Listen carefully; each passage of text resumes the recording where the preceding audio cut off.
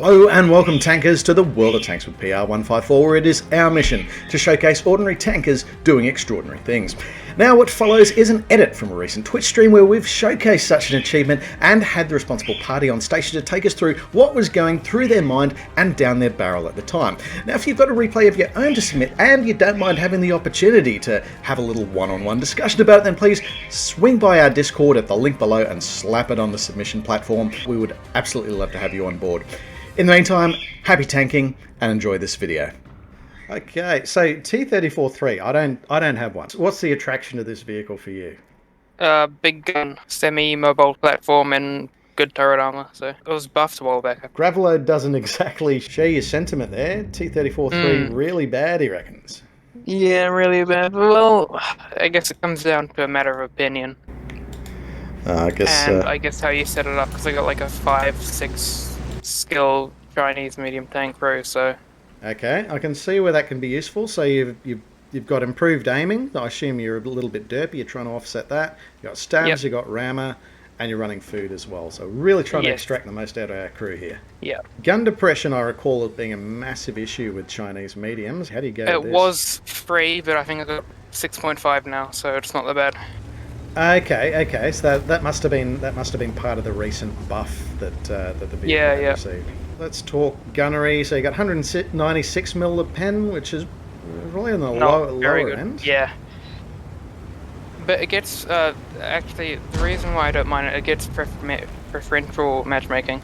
Okay, well that's not so bad. I always like it when this line comes off, especially if you get into a nice brawl in that bowl. It looks like the enemy team had the same idea. They pushed a lot of vehicles in there straight from the get-go. Apparently the other spawn is the winning spawn, also, whatever they call it, and once they get control of the mid part, then it's quite hard to win, I've heard. Yeah, I mean they're kind of up against it here in that you have actually attempted to contest it this time around. I can see you've got your T26E4, your T44, your LTTB even made it up there as well.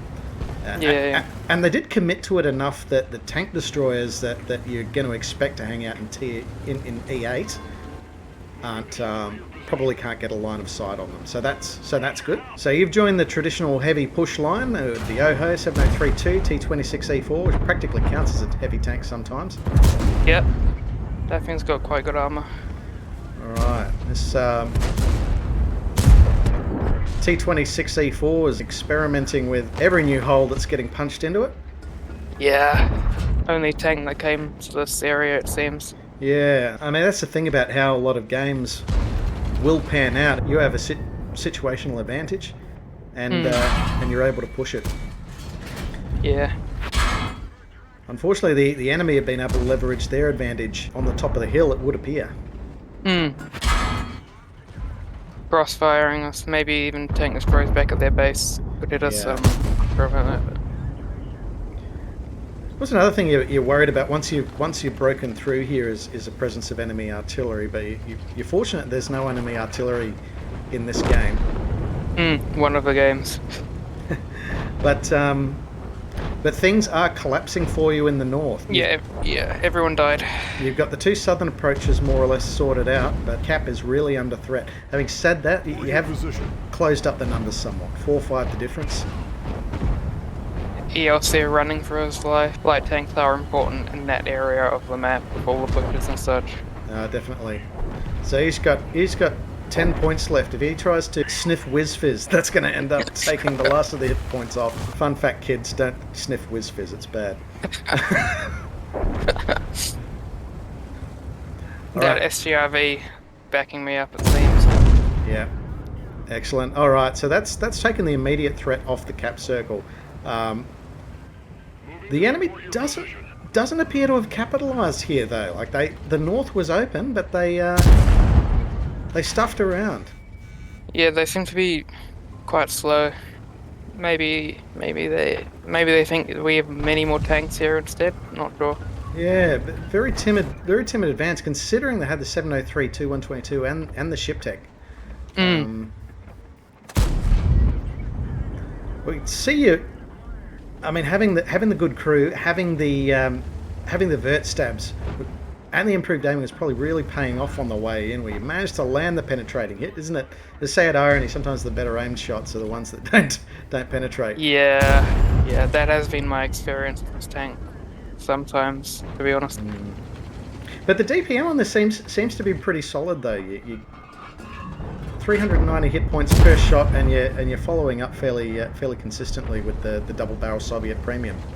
It's okay, but I think, you know, like, sometimes I've gotten like, I had a 290 roll once. I don't think it's possible. I think it's possible. Yeah, so otherwise it's pretty consistent.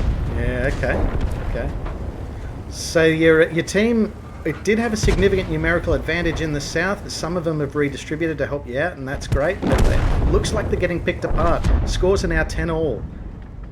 Yeah, I think it's that Czechoslovakian thing, but he seems to be having a bit of brain problems at the moment, rushing into the mid.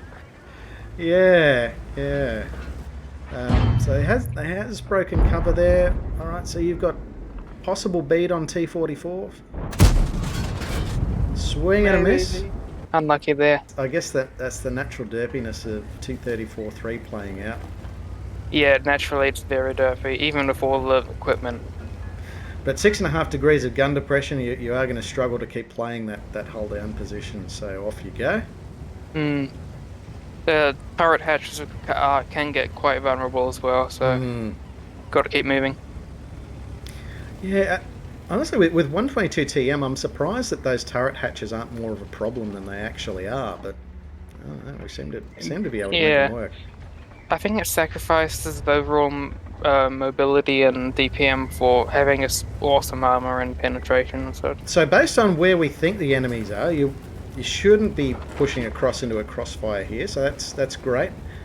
I was mainly worried about people coming down from that area up north. So, yeah, and maybe people on the hill. It looks like everyone's been accounted for so far. When I look at the light bulbs here, I'm not sure if you run a similar mod at your end, but I run something slightly similar. But yeah. Goodbye ammo rack. Yes, that's why big guns are my favorite. Yeah, that's one less follow-up shot. One less follow-up shot you need to do. And you got the drop on Progetto 54 here. Excellent. I think this thing's got pretty good camo as well, so you would have had some trouble spotting me through that bush. Well, obviously you've been lit at the point of release, but by that stage it was just a bit too late for Progetto 54. Yep. Hopefully the team doesn't go off and start killing themselves now. We shall see. Still a couple of tough customers here. We know the enemy's got the GSAW 1008, and when a game gets this tight, particularly where you've got a lot of vehicles left that don't have all their hit points intact, that's where a GSAW 1008 really gets into its own. I think that's when any autoloader really is really very powerful. Deleting enemy guns. Yeah. You delete one gun, that's a quarter of your team's offensive capability. Especially that our ELC's gun isn't the best, but he does have that awesome spotting capability. Yes. Yeah, he seems to be quite happy to let you do that for him though at this point. Yeah, well, to be honest, I would have, as long as he doesn't die, I'm happy. Yeah, fair enough. So we're just approaching the usual tank destroyer nest. I was thinking maybe one or two of them were sitting there, and maybe the rest were in that that very bottom of the map. Yes. Okay, so ELC spotted AMX-65T, and they've taken the shot. Yeah, good thing they hit that, otherwise they probably would have died. It doesn't look like they were spotted for their troubles. There wasn't a hell of a lot of return fire, so that's helpful. But this kind of confirmed my theory that they are very deep down in that section. Yeah. Like below the base here. And I suppose there's a couple of safe ways to approach and start applying cap pressure, but I didn't want to take that risk, No, you know just how easily something like a GSAW 1008 will break out and just start deleting your hit points. Yeah. Isn't it great when we could talk about these games in hindsight? Just be freaking armchair generals about it. I love it. Great. In the meantime, I've just been streaming for the last 2 hours, running around the battlefield. Oh, I don't know what I'm doing. Oh, I nearly died. So that's me in 90% of my games. Excellent. All right, Skoda T56 and Stridsvan S1 are making the move. They're Okay. running into a crossfire, What I can which do, is I'll do what you weren't able to see at the time. I got I got superpowers. I got superpowers. This is how I make my replays. I got this free cam mod, which means I can see things. I can see things you couldn't. All right. They better just. Yeah, tell them get back. It's like, what are you gonna do? Run into a crossfire like that? Yeah. Yeah. Not great. They're really potentially exposed to that G-saw. Let's head back to your position, because we know the ship tech's gone up the hill to try to introduce a crossfire to the friendly vehicles. The question is, are you going to come up here and get the butt or the crotch? Oh god. Hopefully it's a butt. If they rotated in a bit later, maybe like when I'm doing this positioning right now, would have been pretty good. And you know, unfortunately, random teammates, you get what you get. Okay, so they are lit now. It's G-saw 1008, absolutely belting Stridsvan S1. That was the one that had all the hit points, but between yourself and Skoda T56, that's knocked out the enemy ship tech. It's just the G-saw. Now we know it's loosed at least 2 shots into the Stridsvan. Yeah. At least 2 into the Stridsvan. If it releases another one into T56, you're still not going to be one-shottable for it. And once it releases, it's going to be like 45 seconds before it can engage you. So they're going to go for T56, but it's T56 that ends up sealing the deal in the end. That thing's got like a 3-second reload time between the shells, and absolutely insane. Yeah. Yeah.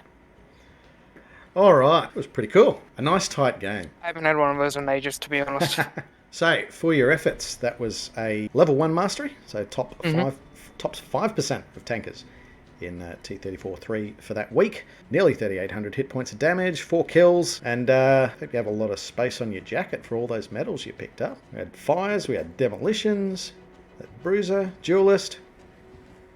That game could have gone the other way very easily. Ah, definitely. There weren't too many hit points in it. Fantastic game in the T-34-3 with a final score of 15-13. So almost as tight as they get.